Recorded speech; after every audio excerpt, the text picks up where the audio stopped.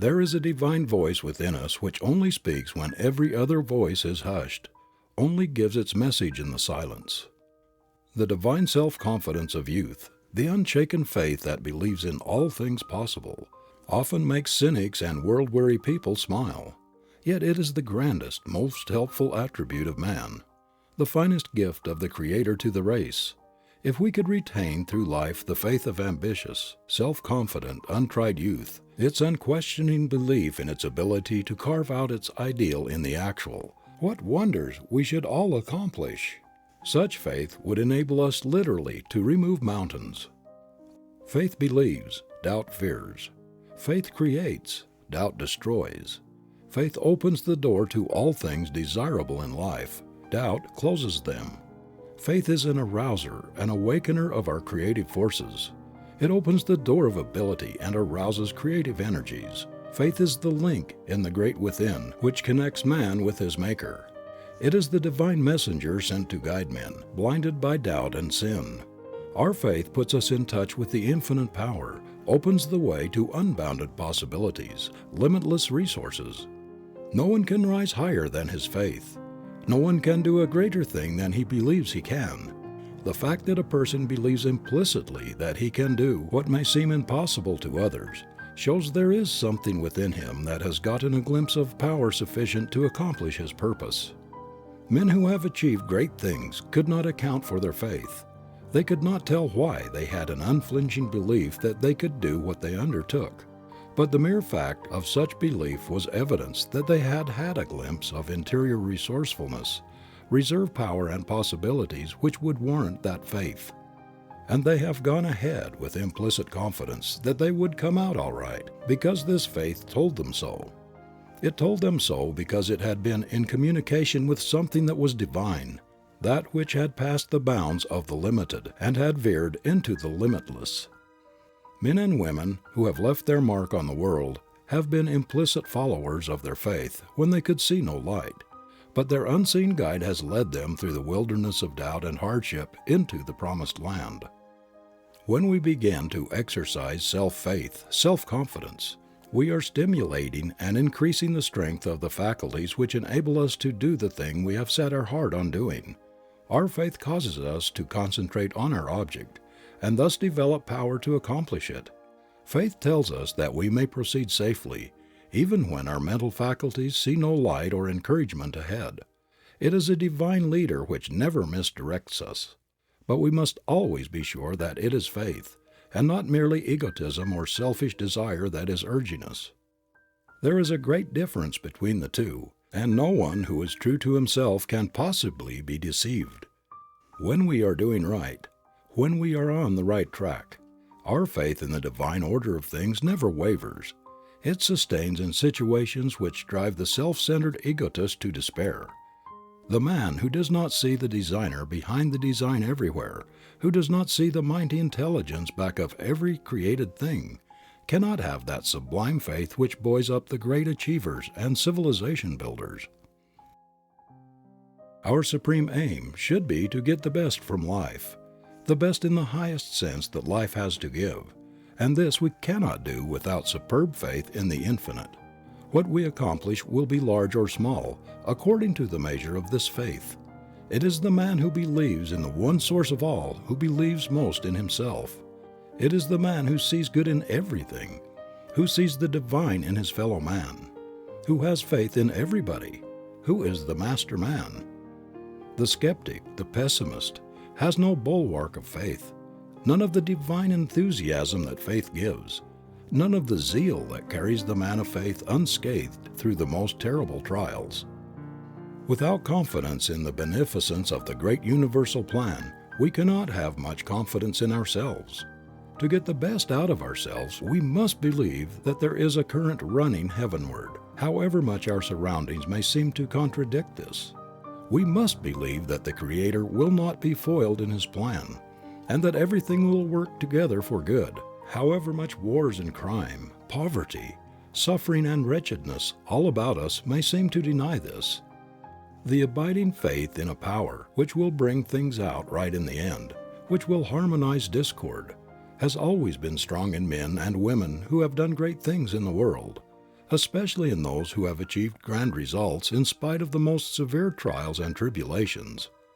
It takes sublime faith to enable a man to fight his way through insuperable difficulties, to bear up under discouragements, afflictions, and seeming failure without losing heart. And it is just such faith that has characterized every great soul that has ever made good. Whatever qualities they may have lacked, great characters have always had sublime faith. They have believed in human nature. They have believed in men. They have believed in the beneficent intelligence running through the universe. Some of the most important reforms in history have been brought about by very fragile, delicate men and women, not only without outside encouragement, but in the teeth of the most determined opposition. They have agitated and agitated, hoped and struggled until victory came. No one could even attempt the Herculean tasks they accomplished without that instinctive, abiding faith in a power superior to their own, a power which would work in harmony with honesty, with earnestness, with integrity of purpose, in a persistent struggle for the right, but which would never sanction wrong. Think of what the faith of the inventor has done. It has kept him at his task, kept him nerved and encouraged in the face of starvation, kept him at his work when his family had gone back on him, when his neighbors had denounced him and called him insane. Think of what the faith of Columbus, of Luther, of the Wesleys has accomplished for mankind. It has ever been men with indomitable faith that have moved the world. They have been the great pioneers of progress. An instinctive faith in the divine force which permeates the universe, which is friendly to the right and antagonistic to the wrong, has ever been the unseen helper that supported, encouraged, and stimulated men and women to accomplish the impossible, or that which to lower nature seems beyond human capacity. It is this which sustains brave souls in adversity and enables them to bear up, to believe and hope and struggle on when everything seems to go against them. It is the same principle which supported the martyr at the stake and enabled him to smile when the flames were licking the flesh from his bones. Faith has ever been the greatest power in civilization. It has built our railroads, has revealed the secrets of nature to science, has led the way to all our inventions and discoveries, and has brought success out of the most inhospitable conditions and iron environments. In fact, we owe everything that has been accomplished to faith. And yet, when we come to its practical application in our everyday affairs, how few of us avail ourselves of this tremendous force. The vast majority are looking for some power outside to help, when we ourselves hold the key which has ever unlocked and ever will unlock all barred doors to aspiring souls.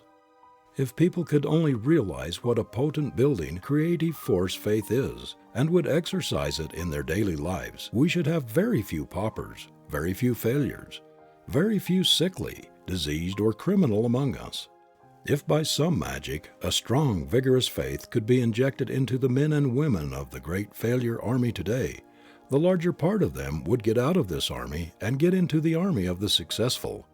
It is not alone in our life work or in the great or special undertakings that faith is necessary. We need it every moment of our lives, in everything, great and small, that concerns us. It is just as necessary to your health as it is to your success. To build up the faith habit, faith in human nature, the habit of believing in yourself, in your ability, of believing that you are sane, sound, and level-headed, that you have good judgment and good horse sense, that you are victory organized, and that you are going to attain your ambition, is to blaze a path to success. A man begins to deteriorate, to go toward failure, not when he loses all of his material possessions, not when he fails in his undertakings, but when he loses faith in himself, in his ability to make his dreams come true. When we remember that self-faith characterizes successful people, and the lack of it the mediocres and the failures, one would think that everybody would cultivate this divine quality, which by itself alone has done so much for the individual and for the world. The reason why faith works such marvels is that it is the leader of all the other mental faculties. They will not proceed until faith goes ahead. It is the basis of courage, of initiative, of enthusiasm. Much of Napoleon's power and early success came from his tremendous faith in his mission, the conviction that he was a man of destiny, that he was born under a lucky star, born to conquer. Shorn of his mighty belief in his star, stripped of the faith that he was born to rule, he would have been no more of a power in human affairs than the dullest private in the ranks of his army. When warned by his generals not to expose himself to the enemy, he would reply that the bullet or the cannon had not been cast which could kill Napoleon. This invincible belief in his destiny added wonderfully to his natural powers. It was her conviction that she was chosen of God to free France from its enemies that made Joan of Arc, the simple, ignorant peasant girl of Domremy, the savior of her country. Her mighty faith in her divine mission gave her a dignity and a miraculous force of character, a positive genius that made all the commanders of the French army obey her as private soldiers obey their superior officers. Faith in herself and in her mission transformed the peasant maiden into the greatest military leader of her time. There is no doubt that every human being comes to this earth with a mission. We are not accidental puppets thrown off to be buffeted by luck or chance or cruel fate. We are a part of the great universal plan. We were made to fit into this plan, to play a definite part in it. We come here with a message for humanity which no one else but ourselves can deliver, and faith in our mission, the belief that we are important factors in the great creative plan, that we are, in fact, co-creators with God, will add wonderfully to the dignity and effectiveness of our lives, will enable us to perform the impossible. If every child were brought up in the firm belief that he was made for health, happiness, and success, if it were impressed on him that he should never entertain a doubt of his power to attain them, as a man he would be infinitely stronger in his powers of self-assertion and in his self-confidence. And these qualities strengthen the ability, unify the faculties, clarify the vision, and make the attainment of what the heart yearns for 100% more probable than if he had not been thus reared. A child's faith is instinctive, and if not tampered with, destroyed by wrong training, would continue through life. We see this sort of instinctive faith illustrated by the lower animals. Take the birds or the domestic hen, for example.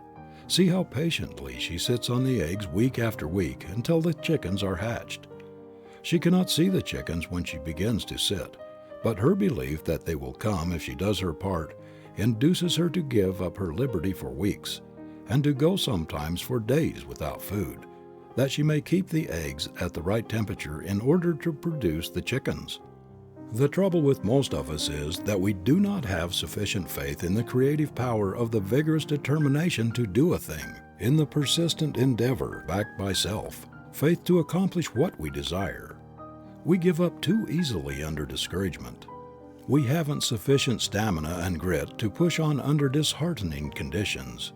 We want to see clear through from the beginning to the end of whatever we undertake. We refuse to have faith. Yet much of the time throughout life, we may have to work without any goal in sight, or at least without any clear light to see it. But if the mental attitude is right, we know that somehow we shall attain our heart's desire. We have been merely shown a program which we are capable of carrying out, a table of contents of our capabilities.